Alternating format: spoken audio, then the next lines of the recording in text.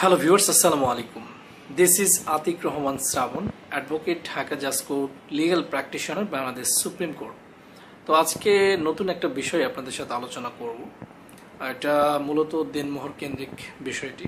তো আপনারা অবশ্যই হয়তোবা সামাজিক যোগাযোগ মাধ্যমে এই কয়েকদিনের মধ্যেই আপনারা দেখেছেন যে অন্তর্বর্তীকালীন সরকারের প্রধান উপদেষ্টা ডক্টর মোহাম্মদ ইউনূস স্যার তার ছবি দিয়ে মূলত একটি পোস্ট আমি একটু দেখাইতে চাই আপনাদেরকে। এই ধরনের কোনো পোস্ট আপনারা দেখেছেন কিনা, যেখানে লেখা রয়েছে নারী পুরুষ সমান অধিকার, কোনো মেয়ে যদি তার স্বামীকে ডিভোর্স দেয় তাহলে কাবিনের পুরো টাকা মেয়ের দিতে হবে, আর যদি কোনো স্বামী তার স্ত্রীকে তালাক দেয় তাহলে কাবিনের টাকা পুরুষের দিতে হবে। তো এই পোস্টকে নিয়ে সামাজিক যোগাযোগ মাধ্যম ব্যাপক সরগরম। আসলে কন্টিনিউয়াসলি এই রিলেটেড প্রশ্ন আমার কাছে আসতেছে। তো আমার কাছে মনে হয়েছে যে এই যে আইনের কথাটা বলা হয়েছে এই বিষয়টা সম্পর্কে আপনাদের সুস্পষ্ট একটা ধারণা দেওয়া দরকার। তা না হলে হয়তো বা আপনাদের পক্ষ থেকে এই প্রশ্ন মাঝে মাঝেই আসবে। যদিও ইতিপূর্বে আমার ফেসবুক পেজে আমি এইটা নিয়ে মনে হয় 2-3টা পোস্ট প্রদান করেছি বা দিয়েছি, আর সেখান থেকে অনেকেই তথ্য পেয়েছেন। তারপরেও নতুন নতুন অনেকেই প্রশ্ন করছেন। তো আমার মনে হয়েছে যে হ্যাঁ, এই সংক্রান্ত একটা ভিডিও করা দরকার।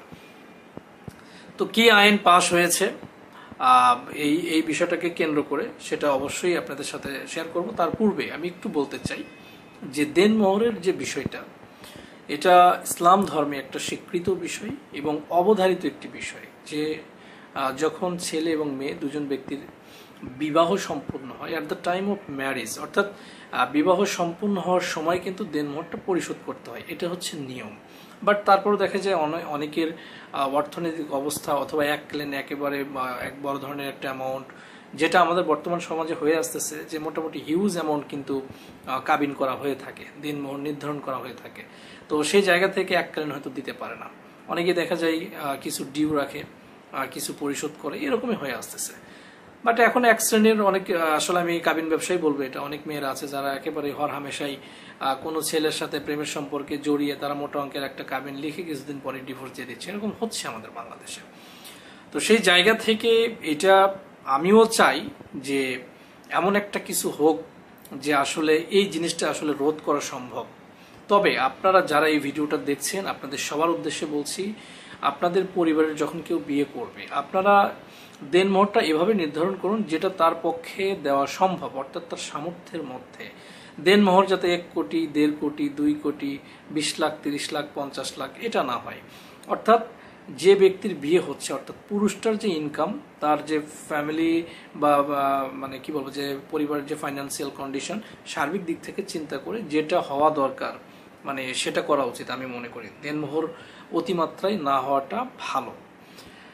তো এখন বিষয় হচ্ছে যে দেনমোহরটার নিয়ম হচ্ছে স্ত্রীর একেবারে মানে যখন বিয়ে হবে ওই সময়ই পরিশোধ করা, কিন্তু বিভিন্ন কারণে সেটা না হতে পারে। দেনমোহরটা স্ত্রীর একচ্ছত্র অধিকার।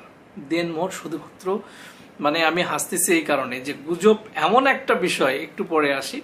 তো দেনমোহরটা শুধুমাত্র স্বামীকেই দিতে হবে, স্ত্রী পাবে। স্ত্রী কখনোই দেনমোহর স্বামীকে প্রদান করিবে না। এই ধরনের কোনো আইন, এ ধরনের কোনো কিছু কখনোই ছিল না, অতীতেও, বর্তমানেও হয়নি, আর ভবিষ্যতেও এ ধরনের কোনো আইন হওয়ার কোনো সুযোগ নেই। কারণ ইসলাম যেটা আপনাকে দিয়েছে এটার বিপরীতে যাওয়ার কোনো সুযোগ আসলে নেই। আমাদের এটা মুসলিম কান্ট্রি, সো ইসলামের বিরুদ্ধে যাওয়ার কোনো সুযোগ নেই। আপনি যখন এরকম আইন যদি হয় যে মেয়ে ডিভোর্স দিলে মেয়ে ছেলেকে দেনমোহর দিবে, ছেলে ডিভোর্স দিলে ছেলে মেয়েকে দেনমোহর দিবে, তাহলে তো এটা পুরোপুরি একটা মানে সাংঘর্ষিক বিষয় হয়ে যাবে। স্পেশালি ওই বিষয়টা যে স্বামীকে দেনমোহর দেওয়া, স্ত্রী ডিভোর্স দিলে স্বামীকে দেনমোহর দিতে হবে, এটা একেবারেই হওয়ার কোনো সুযোগ নেই। এটা ইসলামের সাথে পুরোপুরি সাংঘর্ষিক এবং এটা নিতান্তই একটা গুজব। আপনাদেরকে একটু আবারও বলতে চাই, সেটা হচ্ছে এখানে যে ব্যক্তিটা এটা মানে সামাজিক যোগাযোগ মাধ্যমে ছড়িয়েছেন, ওনার হাতের লেখাও এখানে বেশ কিছু ভুল আছে। ডিভোর্স বলতে কোনো শব্দ আসলে বাংলা বা ইংরেজিতে নেই। তো যে লিখেছেন এটা উনি একেবারেই, আপনারা জানেন যে এই ইন্টারিম গভর্নমেন্ট, অর্থাৎ অন্তর্বর্তীকালীন যে সরকারটা গঠিত হয়েছে, সরকার পতনের পর থেকে, অর্থাৎ শেখ হাসিনার পতনের পর থেকে একেবারে এখন পর্যন্ত এত বেশি গুজব ছড়িয়েছে বিভিন্ন বিষয় নিয়ে, যেটা আসলে কল্পনার বাইরে। তো এই গুজবেরই একটা অংশ হচ্ছে যে ডক্টর মোহাম্মদ ইউনূস স্যার বলেছেন নারী পুরুষের সমান অধিকার, কোনো মেয়ে যদি তার স্বামীকে ডিভোর্স দেয় তাহলে কাবিনের পুরো টাকা মেয়ের দিতে হবে। ভাই, কাবিনের পুরো টাকা মেয়ে কিভাবে দিবে? কারণ এটা তো ছেলের অধিকার না। সবচেয়ে বড় কথা যেটা, যে আপনাদের মধ্যে যে একটা ধারণা, ম্যাক্সিমামই এটা ধারণা করে বসে আছেন যে আসলে হয়তো এরকম কোনো আইন হয়েছে। Exactly not that. এই ধরনের কোনো আইন হয়নি। ডক্টর মোহাম্মদ ইউনূস স্যার এই ধরনের কোনো আইন প্রণয়ন করেননি। এটা সম্পূর্ণরূপে গুজব। এটার কোনো রকমের কোনো ভিত্তি নেই। এটা ভেবে আপনি কখনোই বসে থাকবেন না যে এই আইনটা হয়েছে, তাহলে আমার স্ত্রী যদি আমাকে ডিভোর্স দেয় তাহলে স্ত্রী এবার দেনমোহরের টাকা আমাকে দেবে। এটার কোনো ধরনের কোনো সুযোগ কিন্তু আসলে নেই। এই গুজবের কারখানা, এই গুজবগুলো থেকে আমি মনে করি যে বের হয়ে আসা উচিত। আমাদের এই বাংলাদেশে অনেকের আমার মনে হয় যে ভালো কোনো কাজ তো তারা করবেই না, অথচ এমন এমন বিষয়গুলো তারা গুজবের মাধ্যমে ছড়িয়ে দিবে সাধারণ মানুষের কাছে। এটা আসলে কোনোভাবেই কাম্য না। প্লিজ আপনারা কোনো বিষয় নিয়ে গুজব ছড়াবেন না। অ্যাটলিস্ট আইনের মতো একটা স্পর্শকাতর বিষয় নিয়ে আপনারা কখনোই দয়া করে গুজব ছড়াবেন না। এই গুজবের কারণে অনেক মানুষ নিশ্চিতভাবেই এটা বুঝে বসে আছে যে হ্যাঁ, তাহলে আমাকে আর দেনমোহর দিতে হচ্ছে না, উল্টা আমি স্ত্রীর কাছ থেকে পাবো। আবার যারা স্ত্রীরা রয়েছেন তারাও একটা চরম আতঙ্কের মধ্যে রয়েছেন যে এবার তো যদি ডিভোর্স দিতে চাই তাহলে হয়তো এই ধরনের কোনো কিছু যদি অ্যাপ্লাই হয় তাহলে তো আমার ক্ষতি। আসলে আবারও বলছি যে এই ধরনের কোনো আইন আসলে প্রণয়ন হয়নি।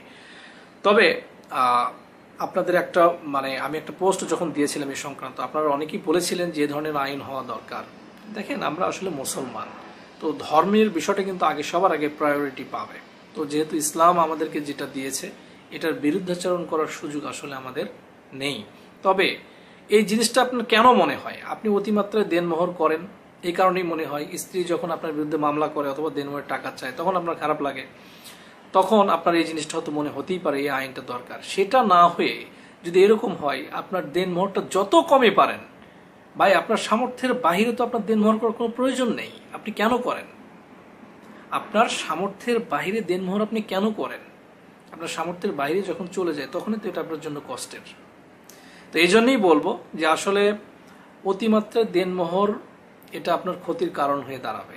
যখন আপনি দেখবেন যে একজন মেয়ে বা মেয়ের পরিবার বলতেছে না দেনমোহর অনেক বেশি হবে, 20 লাখ হবে, 30 লাখ হবে, তখন আপনাকে বুঝতে হবে যে এখানে একটা রং কোনো কিছু হতে পারে ভবিষ্যতে। এটার সম্ভাবনা খুব বেশি থাকে হওয়ার। এই জন্যই আমি আবারও বলছি যে আসলে দেনমোহর পুরুষ আপনাকে দিবে, অর্থাৎ পুরুষকে দিবে স্ত্রী, এটা আসলে ভাবার কোনো সুযোগ নেই।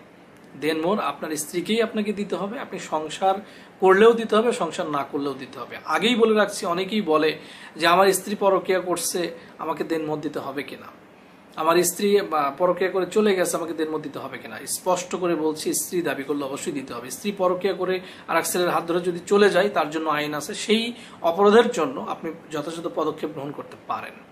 ভালো না লাগলে ডিভোর্স দিয়ে দিতে পারেন, কিন্তু দেনমোহরের অধিকার তার কোনো অবস্থাতেই খর্ব হবে না।